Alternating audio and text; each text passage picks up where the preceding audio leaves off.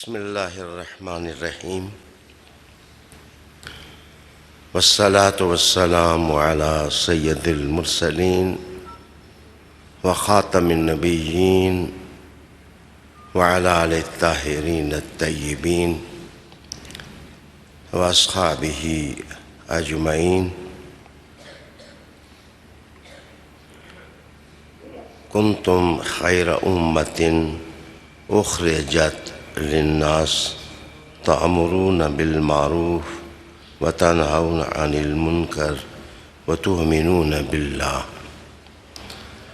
صدق اللہ مولانا العظیم. ایک بار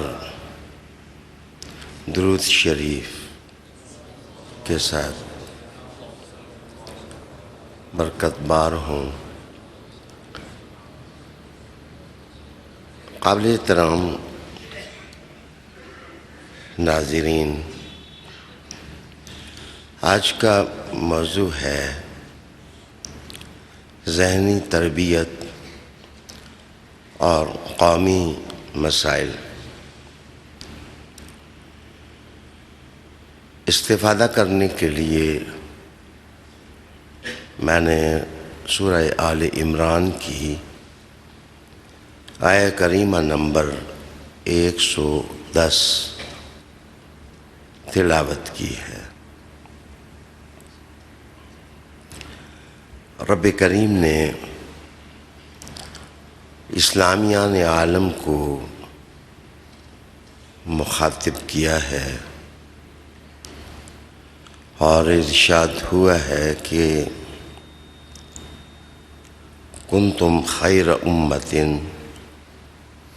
اخرجت للناس، تم بہترین امت ہو، تم خیر امت ہو.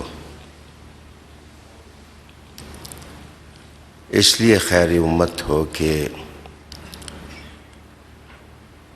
خیر الکتب اللہ تعالیٰ نے تم سب کو رہنمائی کے لیے عطا کی ہے. تم خیر امت ہو اس لیے کہ خیر الرسل کی رہبری تمہاری یاوری کے لیے کائنات میں رونق بار ہوئی ہے. تم خیر امت ہو اس لیے کہ خیر القرون کا رس اور جسٹ اللہ تعالیٰ نے تمہیں عطا کی ہے. کائنات میں اگر نیکی پھیلے گی تو وہ تمہارے وجود سے پھیلے گی. اس آسمان کے نیچے تم نہیں ہوگے تو نیکی نہیں ہوگی. نیکی کی بقا تمہارے وجود کی مرہون منت ہے. آگے کہا کہ وَتَنْهَوْنَ عَنِ الْمُنْكَرِ، تم برائیوں سے منع کرتے ہو. اس زمین کے چپا چپا پر اگر کوئی برائی کا ارتکاب کرنے والا ہے تو اس کا ہاتھ پکڑنے والے تم ہو، اس لیے کہ تم خیر الامم ہو. مزے کی بات یہ ہے کہ یہ ساری چیزیں بیان کرنے کے بعد کہا کہ وَتُؤْمِنُونَ بِاللَّهِ. کبھی غور کیا کہ ساری باتیں پہلے کہیں اور ایمان کا ذکر بعد میں کیا؟ وَتُؤْمِنُونَ بِاللَّهِ، تم ایمان کی دولت رکھتے ہو. اشارہ اس طرف تھا کہ ایمان کے بغیر تم یہ چاروں کام نہیں کر سکو گے. اگر کائنات اور کارگاہ حیات میں تم چاہو کہ ان چار چیزوں کا نور عام ہو تو تمہیں اپنے ایمان کی حفاظت کرنی ہوگی۔ ناظرین، اس پر اب میں ایک حدیث شریف سنا کر آگے بڑھوں گا۔ رحمت عالم صلی اللہ علیہ وآلہ وسلم سے حضرت ابن عباس رضی اللہ تعالی عنہ یہ روایت نقل کرتے ہیں، قال رسول اللہ صلی اللہ علیہ وآلہ وسلم، حضور نے ارشاد فرمایا، ما من آدمی الا فی راسہ حکمہ، کائنات میں جتنے بھی آدمی ہیں، اللہ نے ہر آدمی کے سر میں ایک حکمت رکھی ہے، ایک عقل رکھی ہے، عقل۔ یہاں مومن کا ذکر نہیں ہے، یہاں آدمی، آدمی کا ذکر ہے، اور کہا کہ اللہ تعالیٰ نے ہر انسان کے ذہن میں ایک حکمت رکھی ہے، اور بیاد المالک، اور اس پر ایک فرشتہ مامور ہے۔ یعنی ایک تو ہیں کرامن کاتبین جو اعمال لکھتے ہیں، کیا حسن بیان ہے کہ ایک تیسرا فرشتہ بھی ہے جو انسان کی عقل پر مامور ہے، انسان کی عقل پر مامور ہے۔ فَإِذَا تَوَاضَعَ قِيلَ لِلْمَلِكِ ارْفَعْ حِكْمَتَهُ، حضور نے فرمایا کہ جس وقت کوئی بندہ تواضع اختیار کرتا ہے، عاجز ہو کے رہتا ہے، تو اللہ تعالیٰ اس فرشتے کو حکم دیتا ہے کہ اس کی حکمت کو بڑھا دو، اس کی عقل کو بڑھا دو، اس کی سوچ کا جو رنگ ہے اور رونق ہے اس میں اضافہ کر دو۔ پھر حضور صلی اللہ علیہ وسلم نے فرمایا کہ وَإِذَا تَكَبَّرَ، جس وقت وہ آدمی تکبر کرتا ہے، بڑائی میں پڑ جاتا ہے، اللہ اکبر، تو قیل للملک، اس فرشتے کو حکم ہوتا ہے کہ تا حکمتا، اس کی حکمت کو دبا دو، گرا دو، ملیا میٹ کر دو اس کی عقل کو۔ اس کا مطلب یہ ہے کہ تکبر عقل کو ختم کرتا ہے اور عاجزی عقل میں اضافہ کرتی ہے۔ اس کا معنی یہ ہے کہ دانا صرف وہ ہوتا ہے جو عاجز ہوتا ہے، اور جس وقت دیکھو کہ بڑھ کے ہیں، بڑی بڑی باتیں ہیں، تو سمجھ لو کہ عقل کا یہ ناکارہ انسان ہے۔ عالی وقار دوستو، اب آئیے ذہن کی تربیت کے لیے سوچ ٹھیک ہو جائے، انسان کی سوچ ٹھیک ہو جائے، اس کے لیے میں کچھ مغربی علماء سے، اسکالر سے استفادہ کروں گا، اور کچھ مدینہ کی خیرات آپ کی نظر کروں گا۔ عالی وقار دوستو، کہتے ہیں there are 3 type of mental motivations. ذہن کی تربیت کے لیے اور سوچ کو ٹھیک کرنے کے لیے 3 قسمیں ہیں. 3 قسمیں ہیں. سب سے پہلی یہ ہے کہ ایکس ٹریننگ کہ یہ ایکس ٹریننگ یہ خارجی جو طریقے ہوتے ہیں. مثلا میں تقریر کر رہا ہوں تو اس وقت آپ کے ذہن پر اس کا ایک اثر ہو رہا ہے. پازیٹیو بھی ہو سکتا ہے, نیگیٹو بھی ہو سکتا ہے. تو ہر انسان جو خارج میں علوم کے ذرائع ہیں, فنون کے ذرائع ہیں, ان سے استفادہ کرتا ہے. دوسری چیز یہ ہے کہ اندرونی صلاحیتیں انسان کی اہلیتیں انسان ان کو کام میں لاتا ہے. ٹیلنٹ ہے. جلیل القدر علماء بیٹھے ہیں, رئیس بھائی بیٹھے ہیں, ہمارے ڈویژنل خطیب بیٹھے ہیں, مفتی محمد اقبال صاحب. تو یہ جتنے لوگ تشریف فرما ہیں ان سب کی صلاحیتیں ایک جیسی نہیں ہیں. ٹیلنٹ اپنا اپنا ہے. یہ انسان کے داخل کی کائنات ہے. اب ایک انٹروجیکٹ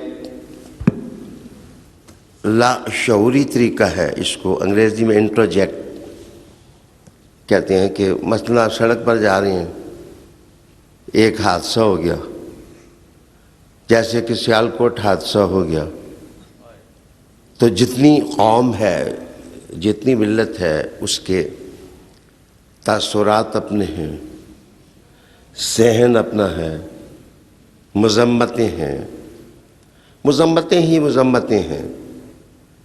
اس کام کو کوئی اچھا تو نہیں کہہ سکتا, لیکن ذہن پر جو اثر لے کے بندہ اپنے بیڈ پر جاتا ہے تو ذہن کی ایک تربیتی صورت ہے. ہو سکتا ہے آپ ایموشنل ہو جائیں, ہو سکتا ہے کہ میں احساسات میں گم ہو جاؤں, ہو سکتا ہے کہ ایک تیسرا آدمی جو ہے وہ عقل کھو بیٹھے. تو اس کے اثرات انسان کے ذہن پر مختلف ہوں گے. آئیے میں آپ کو ایک اور تجزیہ بتاتا ہوں. میرے لفظوں سے آپ سیالکوٹ کے سارے معنی نکال لیں. میں تو مذہبی خطاب کر رہا ہوں, لیکن اگر چڑیاں مل کے, ممولے مل کے تیز چونچ سے سانپ پر حملہ کر دیں تو آپ فیصلہ کریں کہ سانپ ان کو کھانا چاہتا ہے یا وہ اس کو زخمی کرنا چاہتی. Rather it is difficult to understand. میں جا رہا ہوں جس طرف میں جا رہا ہوں,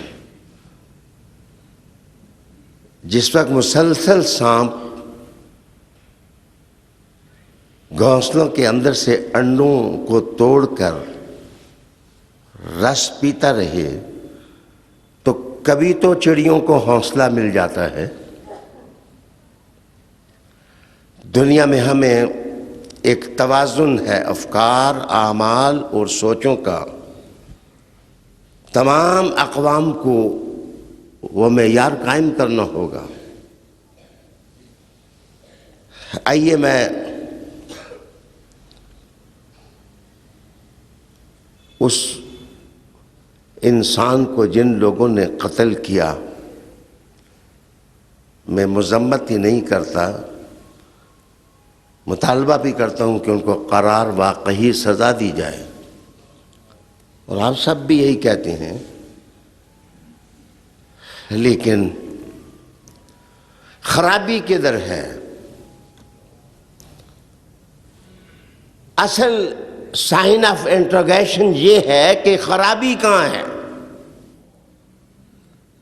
دنیا والوں سمجھ جاؤ کہ ہم حضور کے دین کے بھگوڑے ہیں، خرابی یہاں ہے. اگر ہم مدینہ چلے جائیں تو حضور کا نظام سب انسانوں کو سنبھالا دے دے، سب انسانوں کو سنبھالا دے دے. انسانیت اور آدمیت کا وقار قائم ہو جائے. ذہنی اصلاح کے لیے کہتے ہیں 3 طریقے ہیں. ذہنی اصلاح کے 3 طریقے ہیں جن سے آپ اپنی سوچ کو ٹھیک کر سکتے ہیں، اپنے انداز فکر کو ٹھیک کر سکتے ہیں، اور آپ اپنے طرز حیات کو ٹھیک کر سکتے ہیں. وہ مغربی آتھر لکھتا ہے کہ regularly review your goals and progress.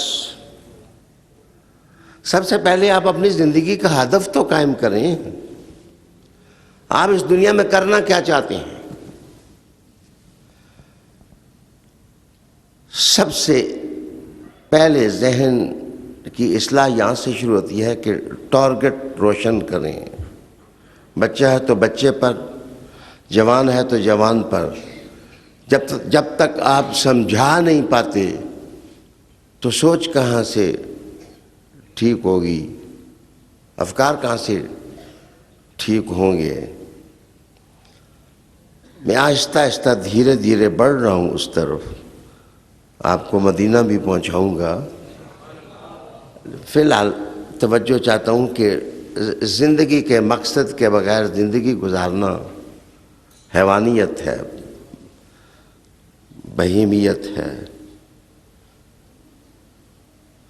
اگر آپ میرے لفظوں کو دل میں اتار سکیں تو ہم لوگ تو امن کی آماجگاہوں میں رہتے تھے. دنیا کی 2 بڑی طاقتیں جب آپس میں لڑی تھیں تو انہوں نے لڑائی کو جہاد قرار دیا تھا. میرے وطن کا ماحول تو اس وقت خراب ہوا، افکار بدلے، اعمال بدلے. جس کو آج آپ دہشت گردی کہتے ہیں وہ مدینہ نے نہیں پیدا کی ہے، وہ جنہوں نے پیدا کیا انہوں نے پیدا کی ہے. یہ ماحول کیسے پیدا ہوا؟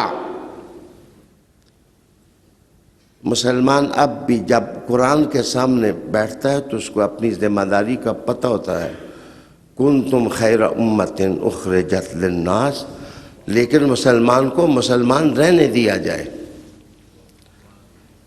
وہ لوگ جو سڑکوں پر قتل بانٹتے ہیں وہ مدینے والے رسول کی رحمت للعالمین کا پرچم نہیں پکڑے ہوتے ہیں، ان کو کسی نے کچھ بنایا ہوتا ہے.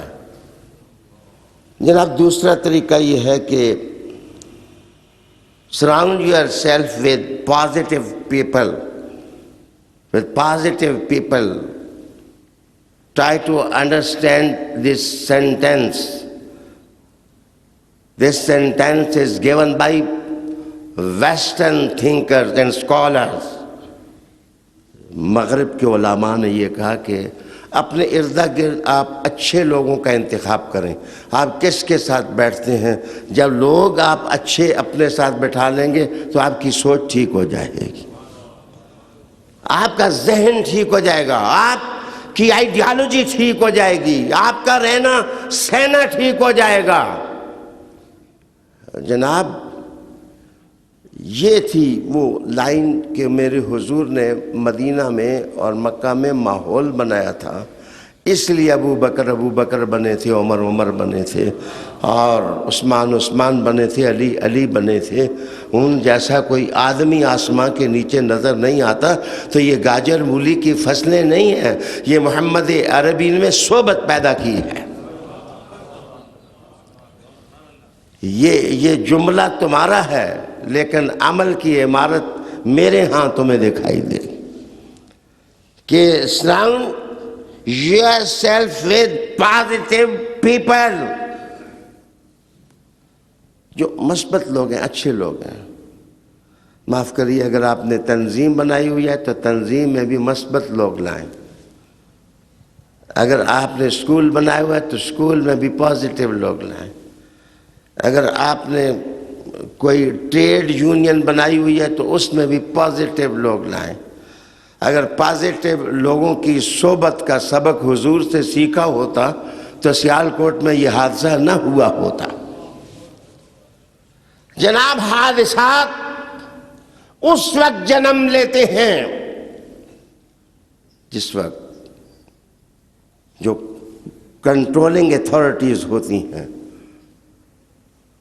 وہ حقیقت فراموش ہوتی ہیں، وہ سچائیوں کا راستہ بھولے ہوتے ہیں۔ اچھا، تیسری چیز بھی میں عرض کر لوں، وہ کہتا ہے کہ فائنڈ مینٹور تلاش کریں۔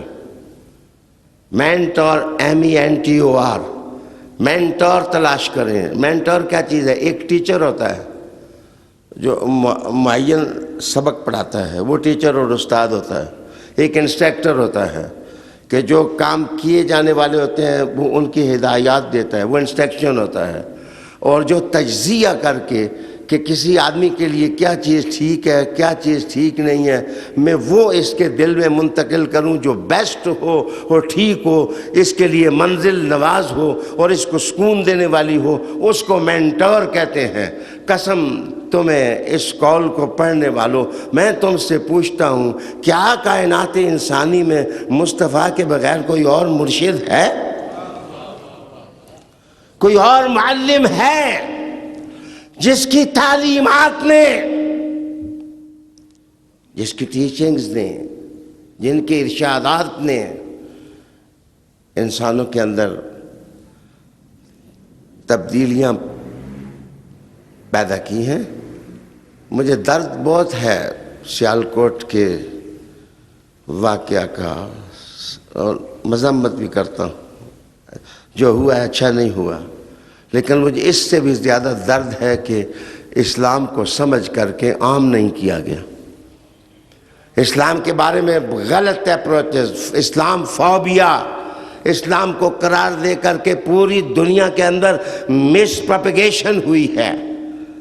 اگر یہ مس پروپیگیشن نہ ہوتی اور لوگ قرآن مجید کو سمجھنے لگ جاتے، دین کو سمجھنے لگ جاتے، تو جناب پھر تو مسجد نبوی میں ایک آدمی آ کر کے جناب گند کر دے اور لوگ اس کو مارنا چاہیں تو مصطفیٰ ان کا ہاتھ پکڑ کر کے کہے کہ اللہ نے مجھے تقدیر بدلنے کے لیے مبعوث کیا ہے۔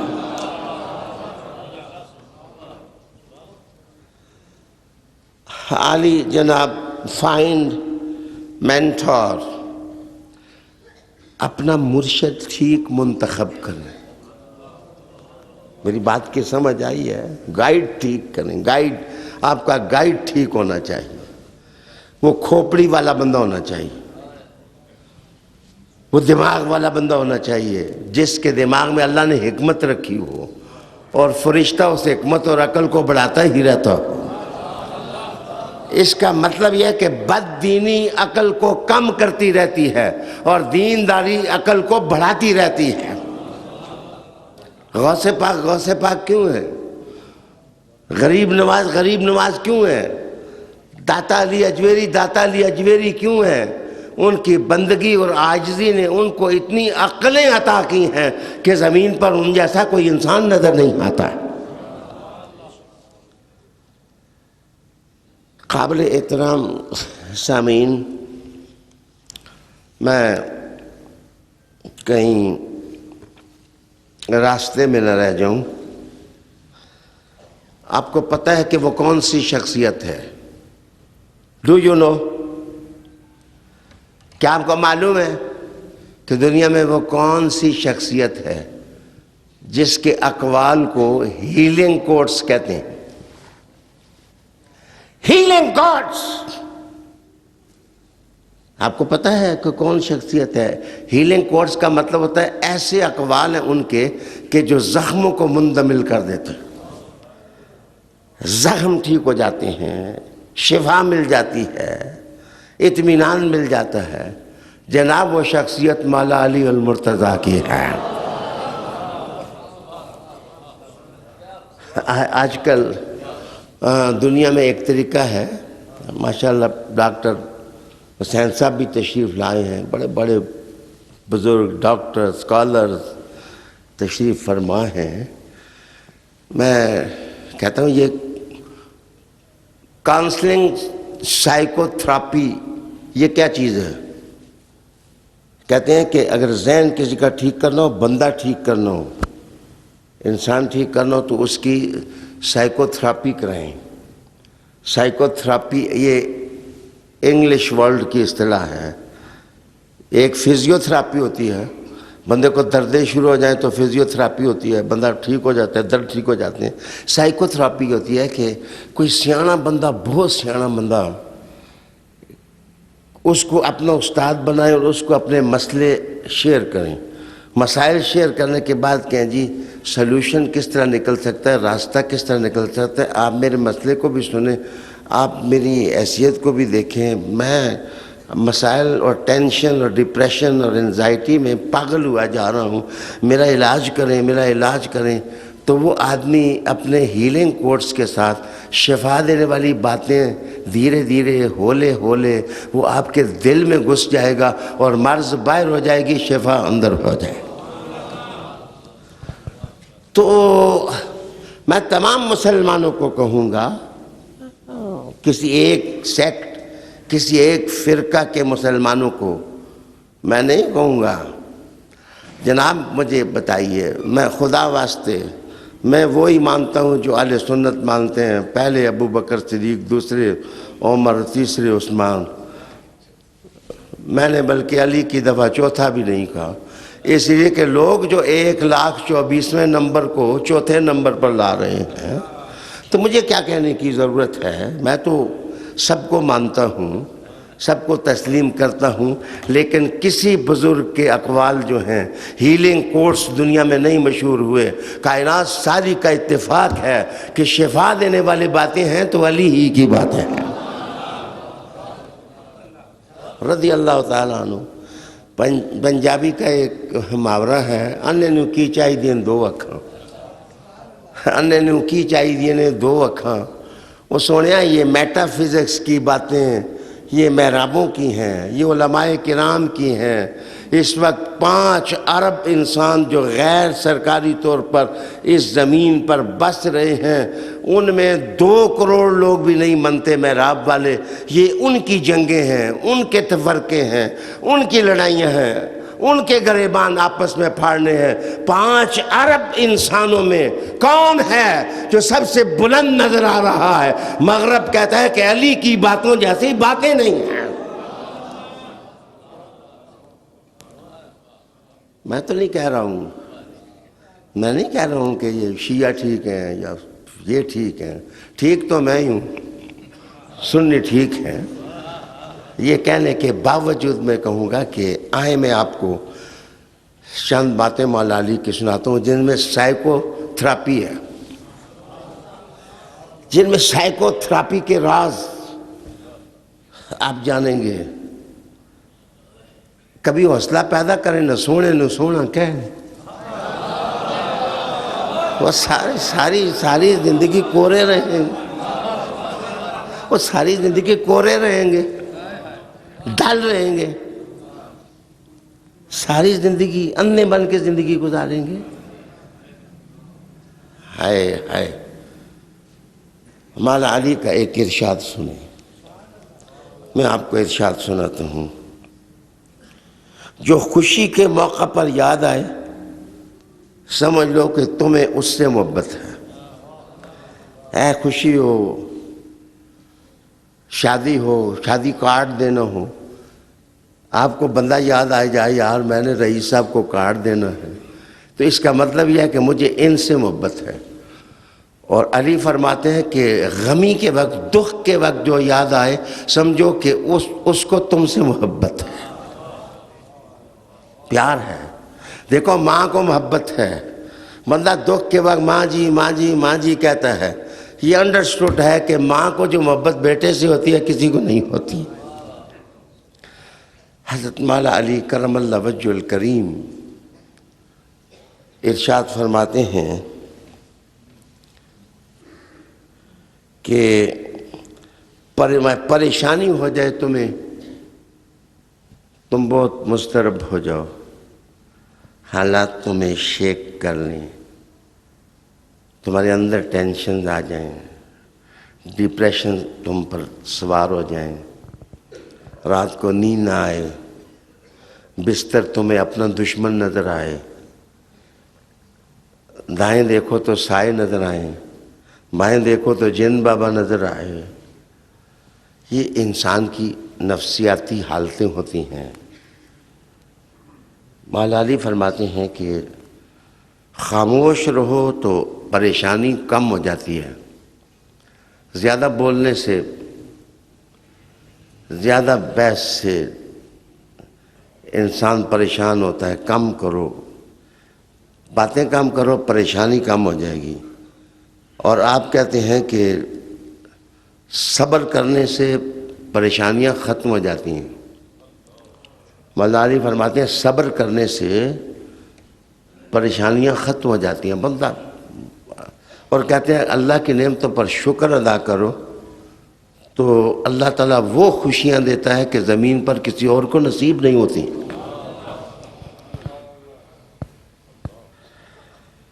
یہ ہیلنگ کوٹس ہیں، یہ ہیلنگ ورڈز ہیں، یہ ہیلنگ۔ حضرت عیسیٰ علیہ السلام کا ایک لفظ مجھے یاد آیا ہے، وہ کہتے ہیں کلمات میں شفا ہوتی ہے، باتوں میں شفا ہوتی ہے۔ محترم، مسلمانوں کو تو ہدایت تھی کہ باتیں بھی ایسی کرو جن سے شفا ملے۔ مسلمانوں کو کب ہدایت دی گئی تھی کہ وہ سڑکوں پر انسانیت کا خون بکھیریں؟ آئیے میں چھوٹی سی بات کر کے، مولا علی کے تو الفاظ ختم نہیں ہوتے۔ مولا علی فرماتے ہیں کہ دلوں کو منہ لو۔ بندہ جو پیش آتا ہے نا، رئیس صاحب مجھے ملے ہیں، شاہ جی مجھے ملے ہیں، ڈاکٹر صاحب مجھے ملے ہیں، کہتے ہیں کہ تسخیر قلوب کا گر سیکھو۔ جس وقت تم دلوں کو منہ لو گے تو لوگ تم پر جھک جائیں گے، لوگ تم پر جھک کر گر پڑیں گے، نثار ہوں گے تم پر لوگ، اگر تم اپنے اندر یہ صلاحیت پیدا کر لو۔ اصل میں دل بری نہیں رہی نا۔ سیالکوٹ کے اندر بھی اگر دل بری ہوتی 15 مسلمانوں میں، تو ایک کافر کو،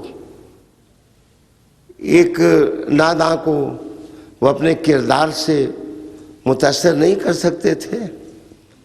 کبھی اس کو چائے پلائی ہوتی، کبھی اس کو پاس لا کے کھانا کھلایا ہوتا، کبھی اس کو کپڑے دیے ہوتے، کبھی اس کو گفٹس آپ نے دیے ہوتے، تو جناب آیا تھا وہ کافر اور سری لنکا جاتا تو لا الہ الا اللہ پڑھ کے جاتا۔ غلیلوں سے جو شکار ہوتے ہیں ان سے شیر نہیں مارے جاتے، غلیلوں سے جناب جو شکار ہدف بنائے جاتے ہیں وہ انسان کی بھوک کو دور نہیں کرتے، انسان کی معیشت کو درست نہیں کرتے، انسان کی معاشرت کو درست نہیں کرتے۔ آئیے،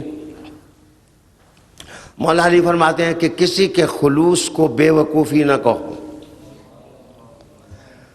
کسی کے خلوص اور محبت کو حماقت نہ سمجھو۔ اگلے الفاظ پر غور کرو۔ مولا علی فرماتے ہیں کہ جب پھر تم خلوص ڈھونڈو گے تو لوگ تمہیں بے وقوف سمجھنے لگ جائیں گے، لوگ تمہیں احمق اور ناداں سمجھنے لگ جائیں گے۔ عالی وقار ناظرین، میں اب آؤں، اصل میں جان بوجھ کر کے میں حکومتوں کے نام، کنٹمپریری پالیٹکس، ان چیزوں کو نہیں چھو رہا، مجھے چھونا بھی نہیں چاہیے، لیکن میں ایک بات عرض کرنے لگا ہوں۔ رسول اللہ علیہ السلام نے، آپ جانتے ہیں کہ کتنے خطبے دیے؟ جمعہ کے خطبے حضور نے ارشاد فرمائے، عیدوں کے خطبے حضور صلی اللہ علیہ وسلم نے ارشاد فرمائے، آج جانتے ہیں حج کے موقع پر حضور نے خطبات دیے، آج جانتے ہیں کہ رسالت مآب صلی اللہ علیہ وسلم نے مصلی پہ بیٹھ کر تدریس کی، آپ نے قرآن پڑھایا، آپ نے غزوات میں خطبات دیے۔ more than 5,000 elections۔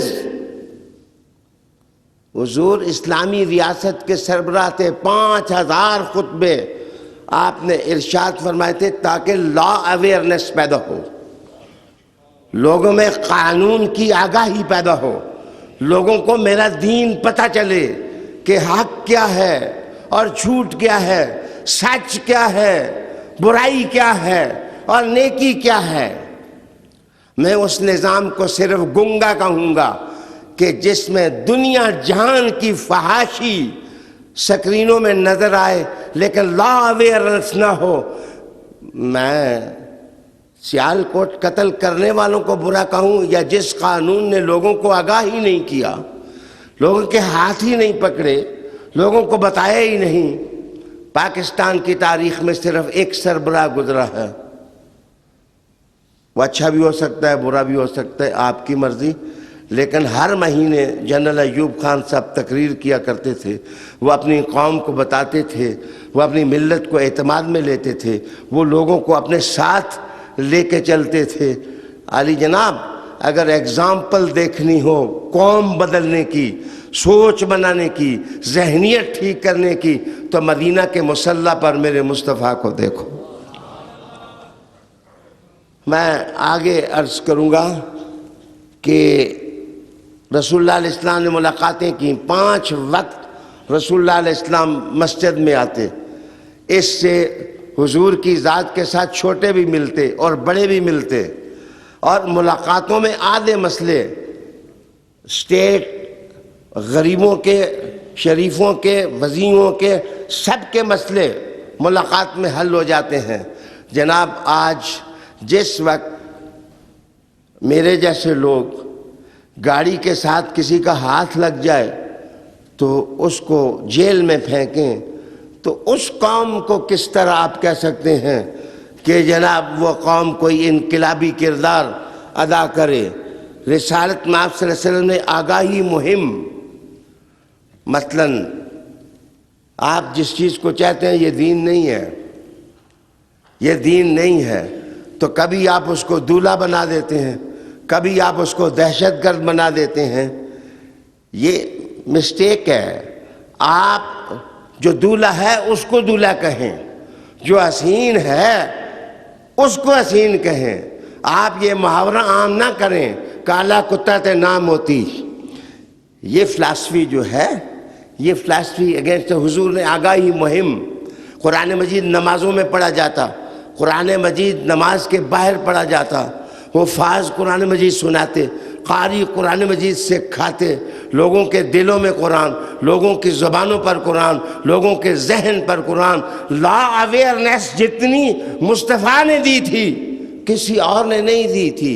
آج اگر اسلامی تنظیمیں ہیں، اگر دینی تنظیمیں ہیں، اگر تجارتی تنظیمیں ہیں، اگر افراد ہیں، اگر یہ لوگ ہیں، تو ان کا کام ہے کہ لا اویئرنیس لوگوں کو بتائیں دین کیا ہے، رسول کریم علیہ السلام کا دین کیا ہے۔ میرے دوستو، پھر میں عرض کروں کہ جائزہ کے لیے شخصیتیں متعین تھیں، منافقین کی سٹڈی ہو رہی تھی، حضرت حذیفہ کام کر رہے تھے اور منافقین کی سرکوبی ہو رہی تھی، علی کی شمشیر بے نیام ہر وقت رہتی تھی۔ معاف کیجیے، احتساب شخصی کا نظام تھا اور احتساب ملت کا نظام رسول کریم علیہ السلام نے دیا تھا۔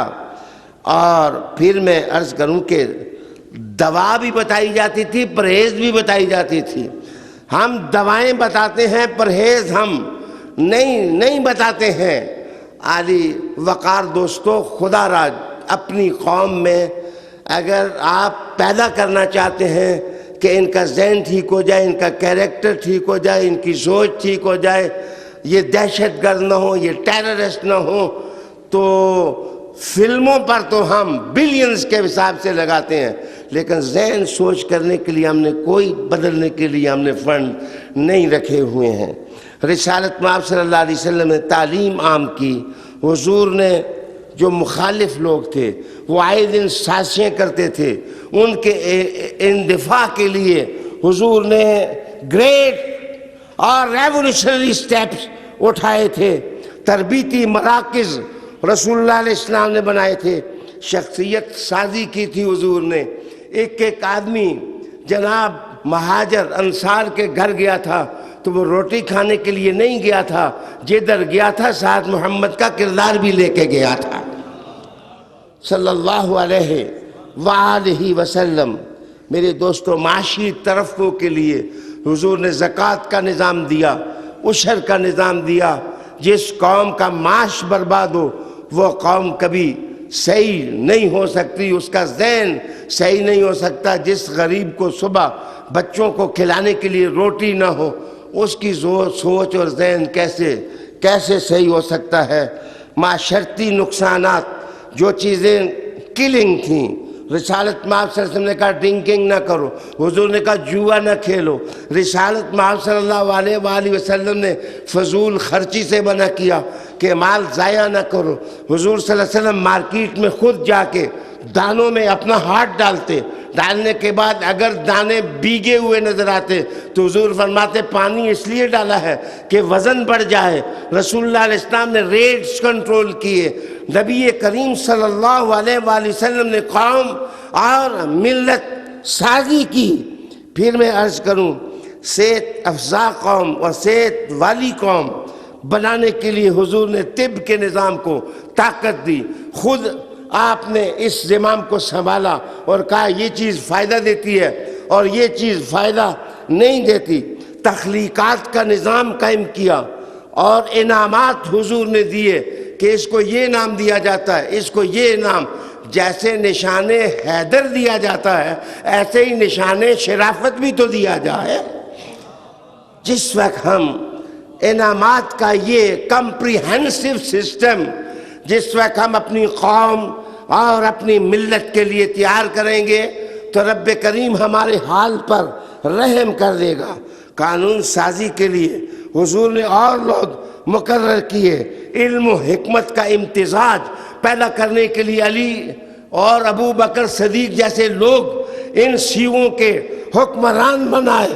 تجزیہ کرنے والے اذہان رسول اللہ علیہ السلام نے تھنک ٹینک اپنے ساتھ رکھے. عمر فاروق جیسا منتظم حضور نے تیار کیا. پھر خلافت راشدہ ان صلاحیتوں کی بنیاد پر انقلاب بپا کرنے والی بنی. پڑوسی ممالک کی اسٹڈی کی. رسالت مآب نے فرقہ واریت تعصبات کو ختم کرنے کے لیے مہمیں رسول کریم علیہ السلام نے کی.